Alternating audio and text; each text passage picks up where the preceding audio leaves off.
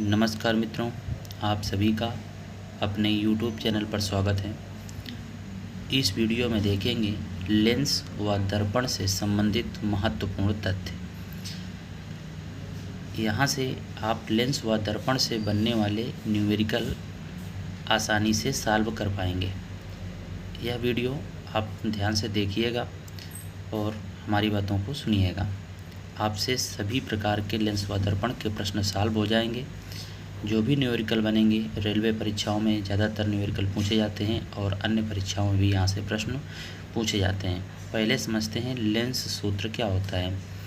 1/f equal 1/v minus 1/u lens सूत्र होता है। ध्यान से देखिएगा, यहाँ पर माइनस होता है। दर्पण सूत्र की बात कर लेते हैं। 1/f equal 1/v plus 1/u होता है। दर्पण सूत्र में प्लस होता है। यहाँ से प्रश्न पूछा जाता है निम्नलिखित में से लेंस सूत्र कौन सा है, तो यहाँ पर माइनस है और दर्पण में क्या होता है, प्लस होता है। बात कर लेते हैं लेंस के लिए आवर्धन क्या होता है। आवर्धन को m से व्यक्त करते हैं। सूत्र हो जाता है v/u बराबर h-h। क्या है h डैश और h बताते हैं आपको। इससे पहले जान लेते हैं कि आवर्धन m यहाँ पर v/u होता है। वहाँ पर देखिए लेंस सूत्र में माइनस है लेकिन यहाँ पर माइनस नहीं है। और अगर बात करें दर्पण सूत्र के आवर्धन की तो माइनस v/u होता है और बराबर h-h होता है। माइनस यहाँ पर आवर्धन यहाँ पर क्या है, माइनस v/u है। वहाँ सूत्र में कहीं पर माइनस नहीं है लेकिन आवर्धन में माइनस है। तो इस तरह से याद रख सकते हैं कि जिसके सूत्र में माइनस है तो उसके आवर्धन में नहीं है, और जिसके सूत्र में प्लस है तो उसके आवर्धन में माइनस है। ध्यान रखिएगा। बात कर लेते हैं F, V, U, H dash H क्या है।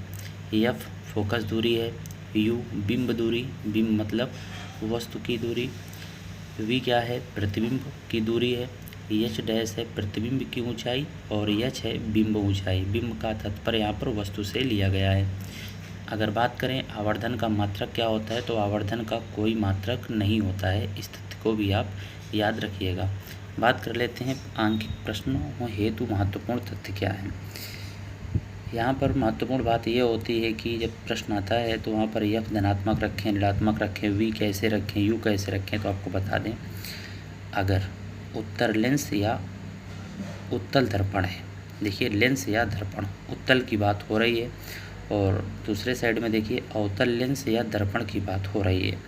ध्यान रखिएगा, लेंस या दर्पण, लेकिन कौन सा, उत्तल, और दूसरी साइड में अवतल लेंस या अवतल दर्पण। आपको बात समझ में आ चुकी होगी। एफ क्या होता है, उत्तल लेंस की फोकस दूरी क्या होती है, धनात्मक होती है, इसलिए एफ का मान धनात्मक लेंगे। अवतल लेंस में फोकस दूरी क्या होती है, ऋणात्मक होती है, इसलिए एफ का मान क्या लेंगे, ऋणात्मक लेंगे। यू का मान दोनों ही स्थितियों में, दोनों कहें तो उत्तल लेंस या अवतल लेंस या फिर दर्पण की दृष्टिकोण से देखें तो उत्तल दर्पण और अवतल दर्पण, सभी में अगर बात की जाए तो यू का मान सभी में क्या होता है, ऋणात्मक होता है। अब वी के मान में क्या होगा, अगर उत्तल लेंस या दर्पण है तो यहाँ पर वी का मान प्लस रखा जाएगा, और अवतल लेंस या अवतल दर्पण में वी का मान माइनस रखा जाएगा। इन बातों को आप याद कैसे रखेंगे, आपको और आसान शब्दों में बता देते हैं कि अवतल लेंस या अवतल दर्पण में एफ हो चाहे बी हो या यू हो, सब कुछ माइनस होता है। याद रखिएगा, अवतल लेंस या अवतल दर्पण में सबको माइनस में ही रखना होता है। ये बात आपको याद हो चुकी होगी, यही महत्वपूर्ण बात है। अब बात कर लेते हैं उत्तल लेंस में, तो देखो फोकस दूरी धनात्मक होती है, आपको याद हो चुका होगा, और यू तुमने कहा कि सभी में माइनस होता है तो यू माइनस हो गया। बस वी वहाँ पर अवतल लेंस में माइनस होता है तो यहाँ पर वी क्या होता है, प्लस होता है। यह बात आपको अब समझ में आ चुकी होगी। अब यहाँ से आपके प्रश्न बनने वाले हैं। एक तथ्य और याद रखिएगा कि फोकस दूरी और वक्रता त्रिज्या में क्या संबंध होता है, क्योंकि न्यूमेरिकल में इसका भी प्रयोग होता है। तो फोकस दूरी एफ इक्वल वक्रता त्रिज्या को आर से व्यक्त करते हैं बटे, तो एफ बराबर r/2 होता है।